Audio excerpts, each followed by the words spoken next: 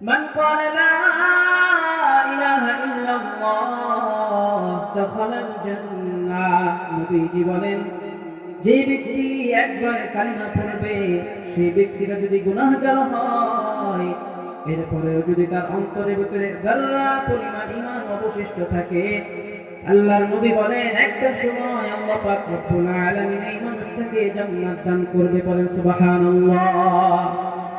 আল্লাহু আল্লাহু কি যে মধুর নাম, আল্লাহু আল্লাহু কি যে মধুর নাম। আলহামদুলিল্লাহ আলহামদুলিল্লাহ নাহমাদুহু ওয়া নাস্তাঈনুহু ওয়া নাস্তাগফিরুহ ওয়া নাউযু বিল্লাহি মিন শুরুরি আনফুসিনা ওয়া মিন সাইয়্যাতি আ'মালিনা। من يهده الله فلا مضل له ومن يضلله فلا هادي له. ونشهد أن لا إله إلا الله وحده لا شريك له.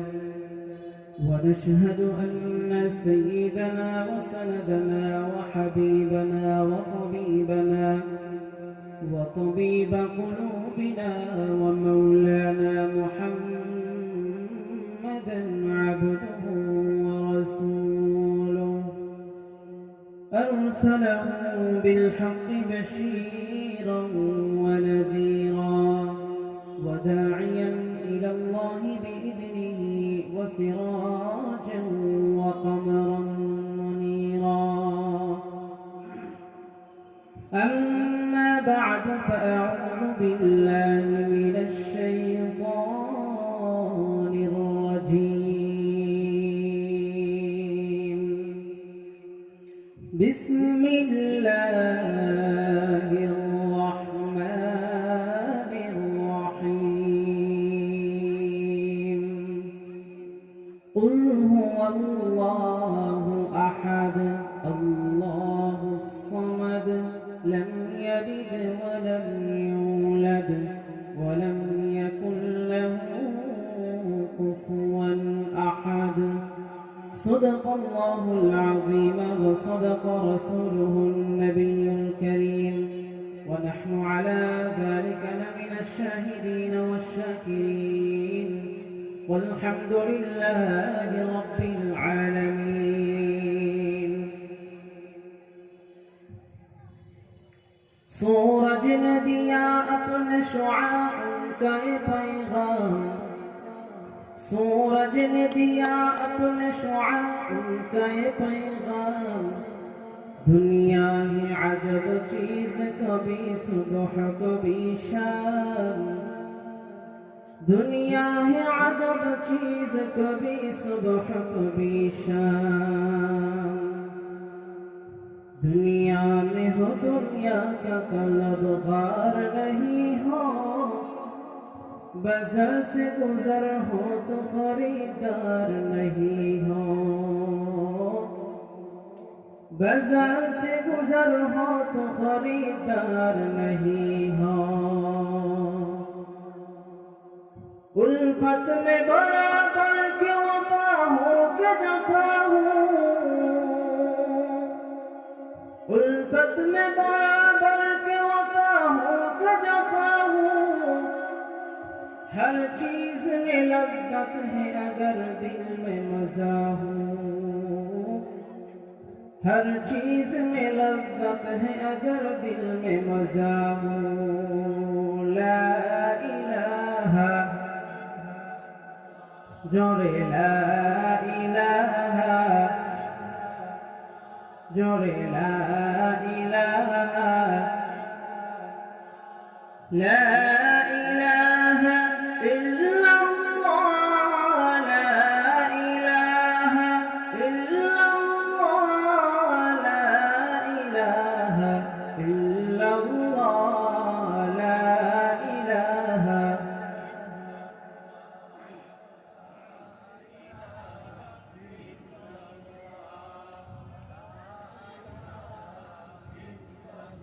لا إله إلا الله محمد رسول الله صلى الله عليه وسلم الله الله কি যে মধুর নাম আল্লাহ আল্লাহ কি যে মধুর নাম ধরার তামাম মণিমুক্তা পন্নহীরা সোনা দানা হয় না তাহার দাম আল্লাহ আল্লাহ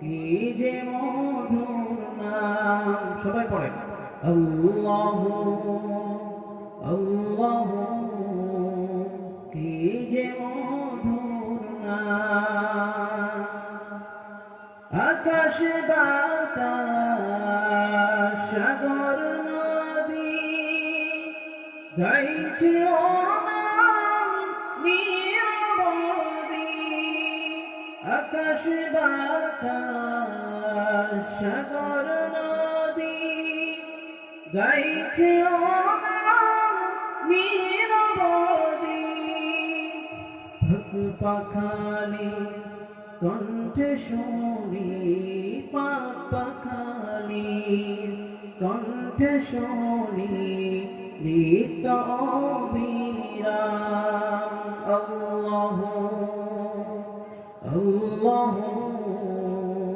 কি যে মধুর নাম আল্লাহ আল্লাহ কি যে মধুর নাম আলহামদুলিল্লাহ 2 দিন ব্যাপী কেন্দ্রীয় ওয়াজ মাহফিল আজকের এই মাহফিলের সম্মানিত সভাপতি মাহফিলের আমন্ত্রিত হযরত উলামা ইকরামগণ আমার সম্মুখে উপবিষ্ট দিন প্রিয় ইসলাম প্রিয় নবীর আশিকিন যাকিরিন বয়োজ্যেষ্ঠ মুরব্বিয়ানি আযম পর্দার অন্তরালে মা খাদিজাতুল কুবরা রাদিয়াল্লাহু আনহার উত্তরসূরি মা আয়েশা সিদ্দিকা রাদিয়াল্লাহু আনহার উত্তরসূরি আমার পরম শ্রদ্ধেয় মা বোনেরা মহান রব্বুল আলামিনের দরবারে শুকরিয়া আদায় করছি যে মহান আল্লাহ পাক রব্বুল আলামিন আমাদেরকে মুফতি মজলিসে আসার বসার তৌফিক নসিব করেছেন দিল মন উজাড় করে শুকরিয়া আদায় করছি সকলে পড়ছি আলহামদুলিল্লাহ সাথে সাথে দুরূদ এবং সালামের নজরানা পেশ করছি সর্বকালে সর্বশ্রেষ্ঠ মহামানব বিশ্ব মানবতার মুক্তির দূত রাহমাতুল লিল আলামিন সাইয়্যিদুল আমবিয়া ওয়াল মুরসালিন সাইয়্যিদুশ শুহাদা ওয়াস সালিহিন নবী আযম শফিঈ আযম নবীকুলের শিরোমণি মানবতার সজ্জীবনী আল কোরআনের প্রতিধ্বনি প্রিয় নবী শ্রেষ্ঠ নবী আকায়ে নামদার তাজদারে মদিনা জনাবে মুহাম্মদুর রাসূলুল্লাহ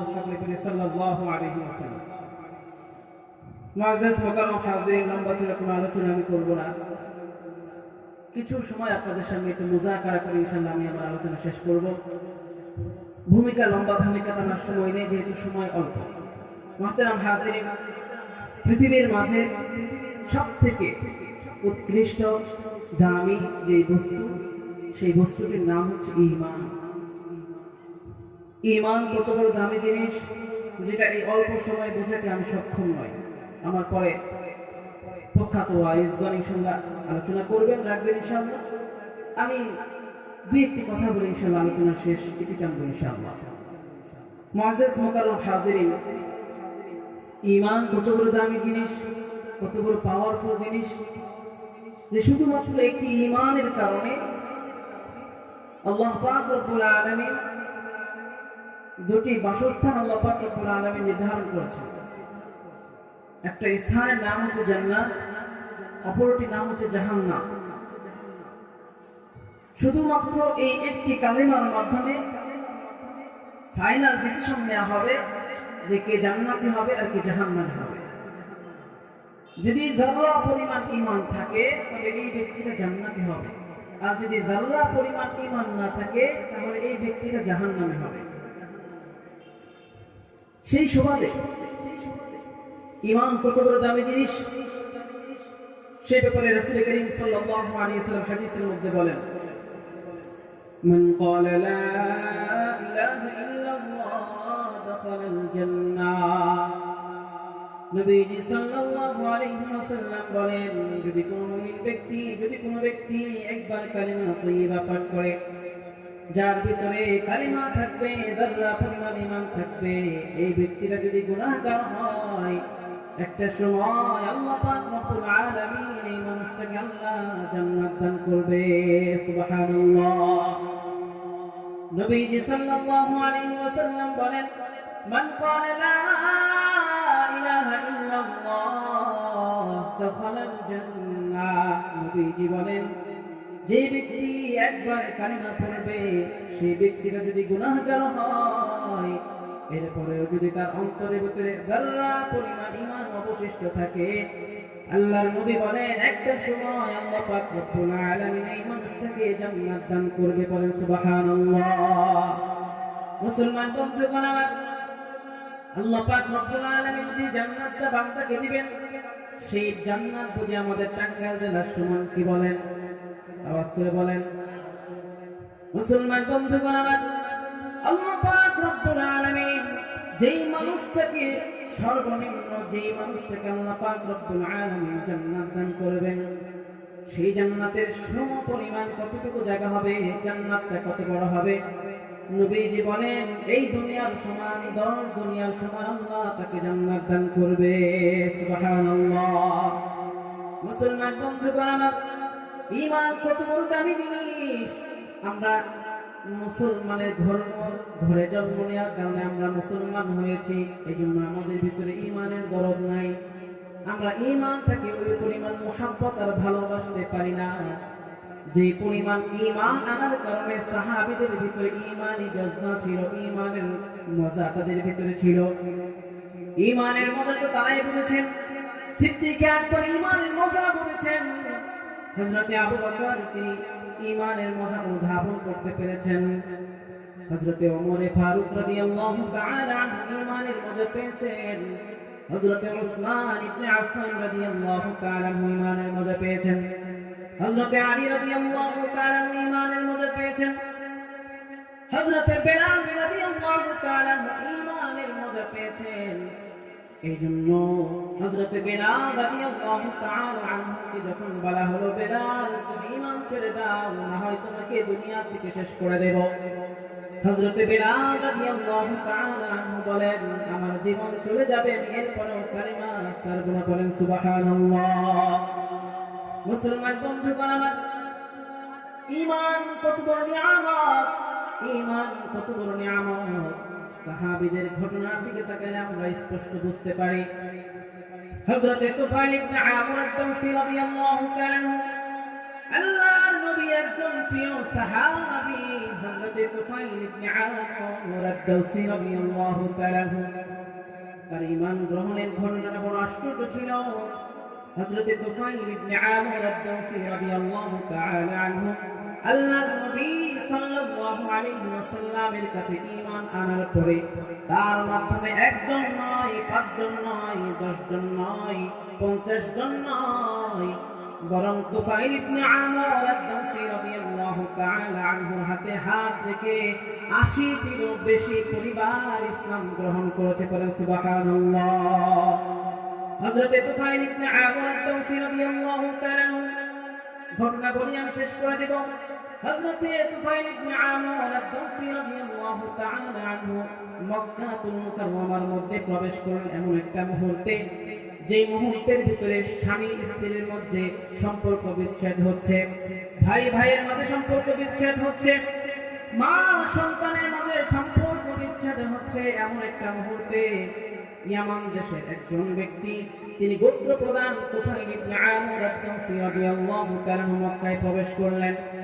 মক্কায় প্রবেশ করার পরে মক্কার মুশরিক কাফির মুশরিকরা বলল, তুফাইল তুমি ইয়ামান দেশের একজন গোত্র প্রধান, সুতরাং তুমি এমন একটা মুহূর্তে আমাদের কাছে প্রবেশ করেছো যেই মুহূর্তে মুহাম্মদ ইবনে আব্দুল্লাহর কথার কারণে, তার জাদুমাখা কথার কারণে সম্পর্ক নষ্ট হয়ে যাচ্ছে। সুতরাং সাবধান থেকো তুফাইল ইবনে আমর, যাতে করে মুহাম্মদ ইবনে আব্দুল্লাহর কথা যেন তোমার কর্ণকুহরে প্রবেশ না করে। মুসলমান বন্ধুগণ আমার, তুফাইল ইবনে আমর আদ-দাওসী রাদিয়াল্লাহু তাআলা তিনি হারাম শরীফের মধ্যে তাওয়াফ করবেন, এমন মুহূর্তে দেখেন মুহাম্মদ ইবনে আব্দুল্লাহ এক পাশে গিয়ে সালাত আদায় করছে। মুহাম্মদ ইবনে আব্দুল্লাহর আওয়াজ যেন তার কর্ণকুহরে প্রবেশ না করে, সেই জন্য তার কর্ণকুহরের মধ্যে তিনি একটু তুলা দিয়ে আটকে রাখলেন। মুসলমান বন্ধুগণ আমার, কিন্তু আল্লাহ পাক রব্বুল আলামিন যাকে হেদায়েত দেন, এটা একমাত্র আল্লাহ পাক রব্বুল আলামিন দিতে পারেন, অন্য কেউ দিতে পারেন না। তুফাইল ইবনে আমর আদ-দাওসী বলেন, মুহাম্মদ ইবনে আব্দুল্লাহ তার কথা না শোনার জন্য আমি বিভিন্ন কলাকৌশল অবলম্বন করলাম, যাতে করে মুহাম্মদ ইবনে আব্দুল্লাহর তিলাওয়াত বা তার কথা যেন আমার কর্ণকুহরে প্রবেশ না করে। আমি এই জন্য দূর দিয়ে আমি হাঁটাচলা করছিলাম, কিন্তু হঠাৎ করে মুহাম্মদ ইবনে আব্দুল্লাহর তিলাওয়াত আমার কর্ণকুহরে প্রবেশ করলো। মুসলমান বন্ধুগণ আমার, তুফাইল ইবনে আমর আদ-দাওসী বলেন, আরে আমি এত বুকানা তুফাইল ইবনে আমর আদ-দাওসী, আমি একজন কবি মানুষ, সুতরাং আমার কথা তার কথা শুনতে কোনো সমস্যা নাই।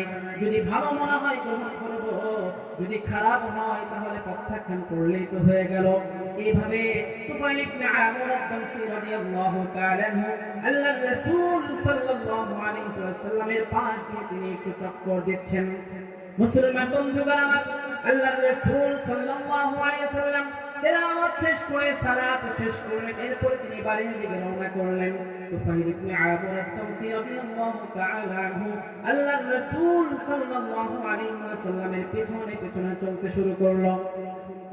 এক পর্যায়ে গিয়ে বাড়ির কাছে চলে গেল। আল্লাহর রাসূল বললেন, তুফাইল কি ব্যাপার, তুমি আমার পিছু নিয়েছো কেন, কারণটা জানতে চাই। তুফাইল ইবনে আমর আদ-দাওসী বলেন, ইয়া রাসূলুল্লাহ, ইয়া হাবিবাল্লাহ, মক্কার কাফির মুশরিকরা